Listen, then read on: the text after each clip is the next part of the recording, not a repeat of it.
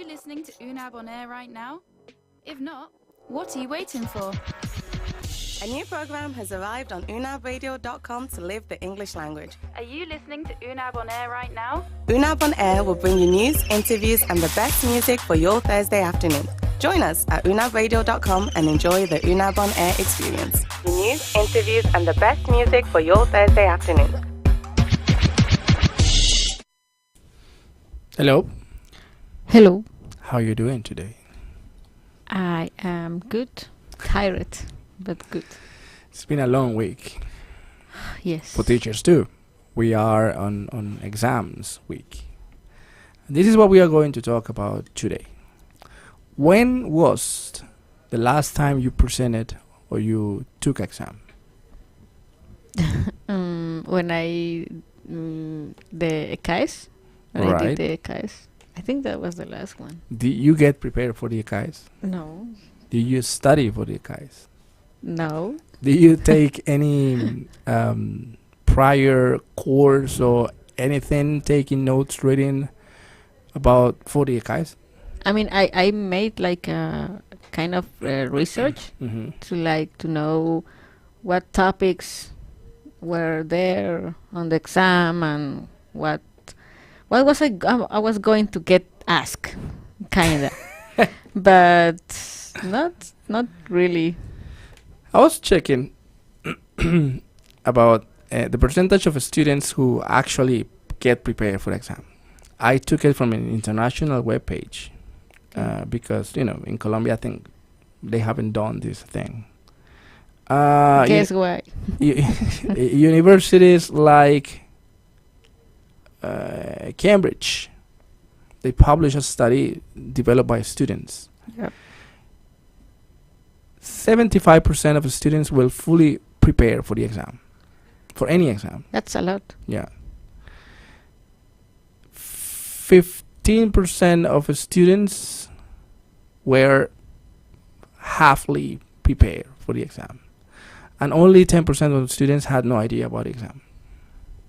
That's a prestigious university. Yeah. Right. Now, let's talk about a different university.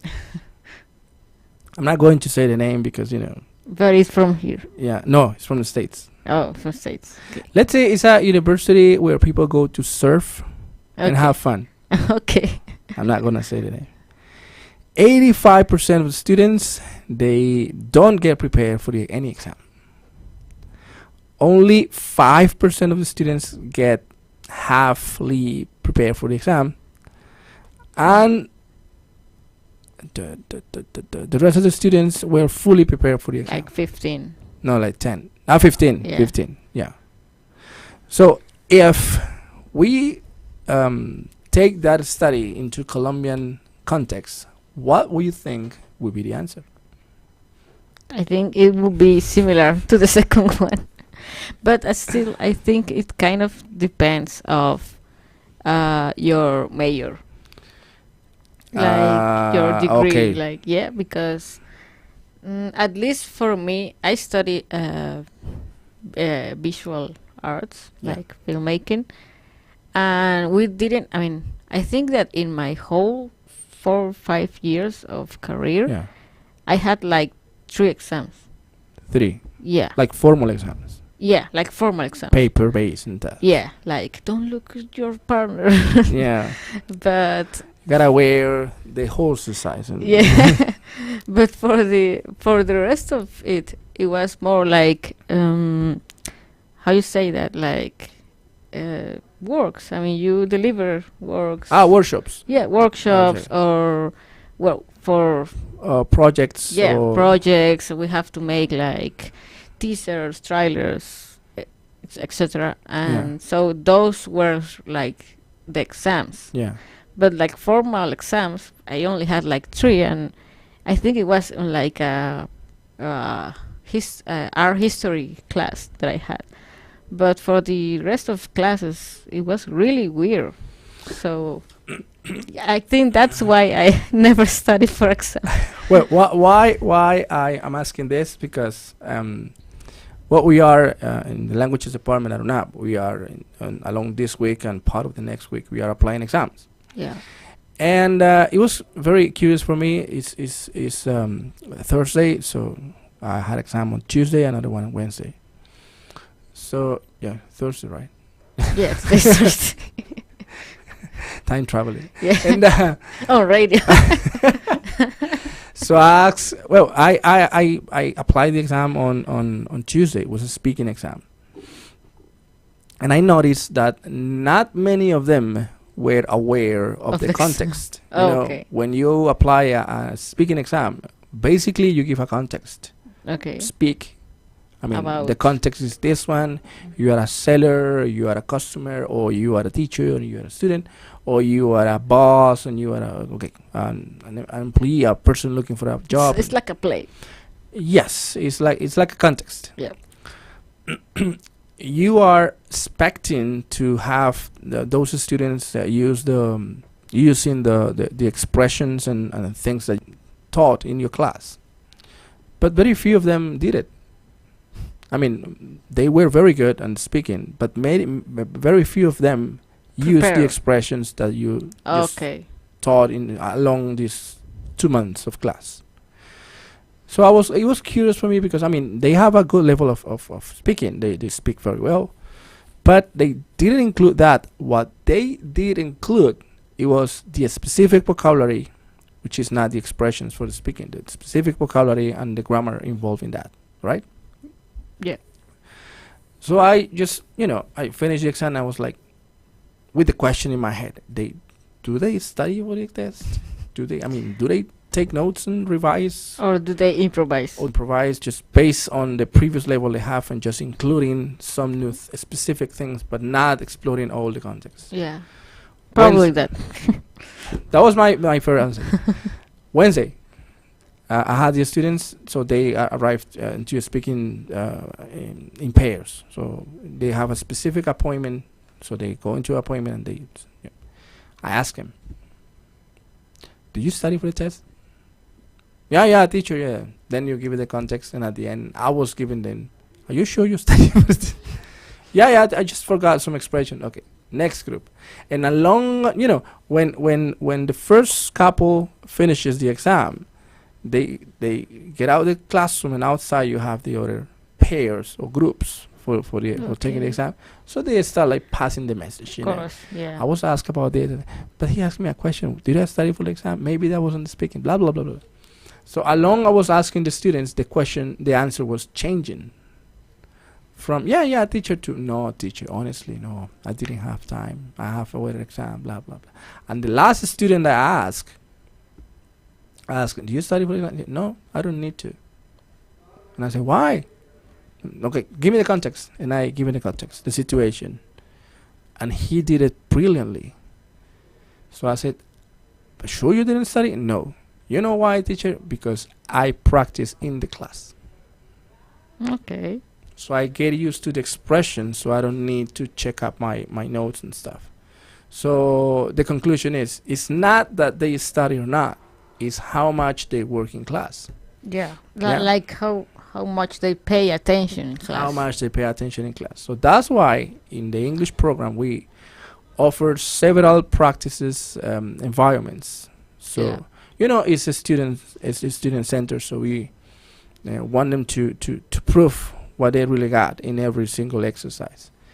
So now today I have exam. This is speaking 2, and I'm going to ask my students, do you need to study? I'm going to change the question. Do you need to study to have these interventions? And I'm going to let you know next week what happened. That's like a smarter way to make the question. Yeah, I was when I was checking the study at the end of the document. They say they offer a link for a document, and in the document they offer you the best ways to ask questions from the academic point of view. When you conduct statistics study, you need to be very selective and very accurate on the questions you are going to ask. If not, the answer is going to be, different from what you plan. Yeah. And still, I think that, like for English, at least, or for language, it doesn't make sense if you just memorize words. No, Because it's not the point. Yeah, and sometimes when people study, it's like memorize things. And maybe on like math or chemistry or something like that, it might help with formulas and all that. But in this kind of topic, it doesn't make sense, because it doesn't make sense that you like say on your mind, water, yes, the word, but you have no idea what it means, or you have no idea how to use it on a sentence. So it's like they can memorize the words, but then when they go to you, they will be like, it's like the progress on education, you know.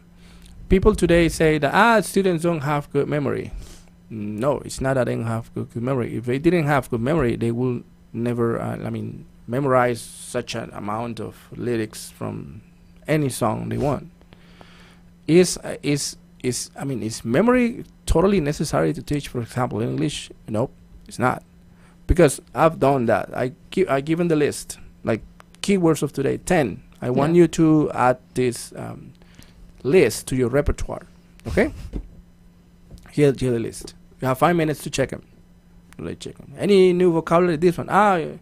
So when they say, teacher, what is that word? I give them a sentence. yeah, What do you think is that word? Okay, this or that, and then that. And finally they like structure the sentence, and something happens in the head when you can see in their eyes. They open their eyes. yeah. So that's learning. Yeah, To use it in a context. yes, of course. And I still like, for me at least, the way I kind of learned English, it was like I will say a sentence on my mind, and if it sounds good, I think it is correct. good. It's correct.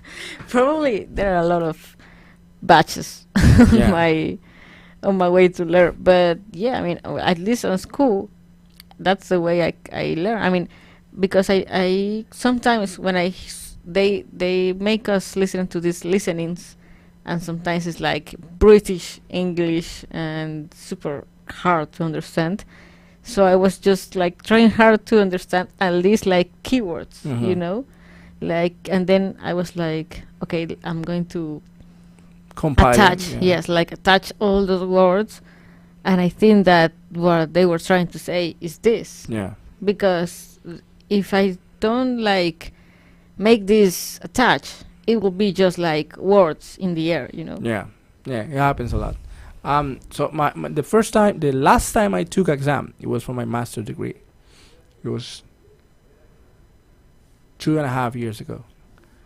And 3 years ago. That was later. You have the defense on your thesis, and it was a very curious exam because all the answers were on the net. Okay. So I study on remote, virtually. Yeah. So they uploaded the exam on the platform. You open the exam and you are free to do whatever you want. So you can obviously is that answer on them? Yes. And at the end they offer it was about teaching English, linguistics for teaching English as an international language or foreign language, and that was the exam about. And at the end they ask you to write a document, an essay, considering the 10 previous answers to your questions. So it's like, okay, that was the catch. Yeah, what we are going to evaluate you is based on your essay. When I got the feedback, it's Moodle. You upload the test and they immediately give you a feedback. So the feedback was the first 9 questions, they have 0 percentage on the score. But because they were wrong? No. Just that didn't matter. Because they didn't matter. Oh, okay. I mean, they had 0 impact on the final score. The essay, it was 90% of the score. And the question number 10, it was 10. It was the 10%. Why? Because the question number 10 was not on the web. Okay. So it was like, it's like giving confidence to the student, Yeah. You know the answer. And based on the answer, you need to write an essay. But still, it's like if that the student actually doesn't know, then it would be fucked. So that, I mean, in that way, the student is going to feel safe and secure to write the essay, but he will find out during the process of the essay that he has no idea. Yeah. It's like what you say. You have the answers, you have the words, how to articulate them. Yeah. That is what you have to do when you are teaching a language. I think that happens, or is going to happen also on these days, because of the artificial intelligence, like ChatGPT and all those things we have already talked about. Yeah. Because students are and using we are using that. Yeah. But also students are using it to make essays or I don't know what kind of thing. Yeah. But at the moment that you as a teacher ask them to, okay, we're going to write an essay here at class, without your phone, your paper sheet, on a paper sheet with your pen. Yeah, it happens a lot, and they're going to be like super confused. It's more traumatic than what you expected. I've done that, and you feel the fear that on was them. 2 weeks ago. I was in a class and there was a student who was not paying attention to me. And I came close to her and I said, okay, what are you doing? She said, no, teacher, es que tengo que entregar este trabajo. Y dije, ¿qué es? Me dijo de contable. Ay. Me dijo de algo contable. Y entonces le dije, bueno, ¿y qué tiene que hacer? No, tengo que dar mi opinión sobre esto. And I said, okay, have you tried ChatGPT? She says, no, what is that? And I asked her and I showed her. So the system offered the answer. And she immediately cut, paste, and she was going to send it. And I say, why? Why are you going to send it? Because that thing made my homework. I say, no. That thing give you a document, and you need to read the document to do the homework. Doing the homework is not typing the document or sending an attachment. Doing the homework is reading about the question you have been asked to make a comment. She was like, but it doesn't matter if I read it wrong. She says, no, it doesn't matter that she will get you attachment and she will probably give you a 5. But the homework is not for the teacher. The homework is for you. Yeah. So the idea is that you use this service to get more information and be more critical. Yeah, Do you think that information you have there is true or not? Yeah. She was like, okay. So she was reading the document and finally she sent it because she read it before. And then we jumped into our writing on the classroom. So I gave them papers and they had the pencils and stuff. And I said, okay, we're going to write about your best friend. I teacher, very easy. My best friend is taught no. You are going to tell me why is your best friend. So I'm going to have many sentences that start with because. Yeah. I don't care about how your friend looks or doesn't look like or alike. Why is your best friend? Yeah. And the girl asked me, teacher, can I use the ChatGPT? Yes, you can use it. But later you have to tell me why you agree with that document. Because that document is talking about ChatGPT's best friend. Yeah. Not yours. Not yours. I think we should use it, and people in general should use it as a help and not as a solution, because it's not a solution. I mean, it what you say is like that thing's going to give you like an answer, but it's his answer. It's not your answer. It's not your answer because that thing, as weirdly as it seems, it has his own opinion, It's his own opinion, his own critical mind. And it's different from yours because you have lived different things. So and you don't have access to as many information as the ChatGPT. Yeah, exactly. There are many things that has happened on the past few last years, and that thing doesn't know that. I was talking to a friend about an exam, and he had to take an English exam, and she was very nervous. And I said, why? She says, I spent $800,000 pesos on this exam. I need to pass the exam, not only because of the money, because I need the certification. I was like, okay, a B2 certification, it's a piece of cake. I said, for you, for me. and then he says, can the chat GPT help me? I said, I don't know. It would be curious if they help you. So he write on the chat GPT, how can I study for exam? So it gives you like 2 pages of suggestions. Top tips, yeah. How can I study for international exams called blah, blah, blah? And another set of suggestions. Can you give me the answers to the exam? And the ChatGPT said, no. That is not a moral action. So as an artificial intelligence program, I am not allowed to trespassing the human moral code, blah, blah, blah. Okay. I said, okay, so you have to prepare for exam. So that was the conclusion. You have to prepare for exam if you don't pay attention in the class. Yeah. So if you are listening to this and you have to present the English exam, you have to prepare for exam. Because now the exam, it takes a higher percentage than before. Yeah. And Yeah. it's more than just ChatGPT. Yeah, it's more than ChatGPT. Right? Pay attention in class. No, participate in the class. Yeah. Yeah, I think it's not only for English; it's for all the areas. You know, if you participate, ask questions, participate actively on the projects, experiments, or whatever they do, I'm sure they're going to have I'm going to have a high score. Yeah. Not getting prepared that much for that exam. Remember, what you do is better than what you read. How do you play football? Practicing. You don't read a book. No, you can, but it won't be really helpful. It's like people who learn to dance. Remember, in the ancient past, they offer some magazines. Oh yeah, with a big paper, and you open the paper, and you know, number 1, number 2, number 3. Yeah, with the steps. It doesn't work that way. Yeah. So time flies on radio. Yes. Imagine on real life. On time traveling. On time traveling. Thank you very much. Bye bye. Bye bye.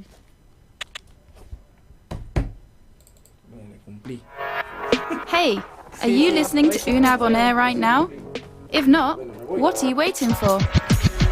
A new program has arrived on unabradio.com to live the English language. Are you listening to Unab On Air right now? Unab On Air will bring you news, interviews, and the best music for your Thursday afternoon. Join us at unabradio.com and enjoy the Unab On Air experience. News, interviews, and the best music for your Thursday afternoon.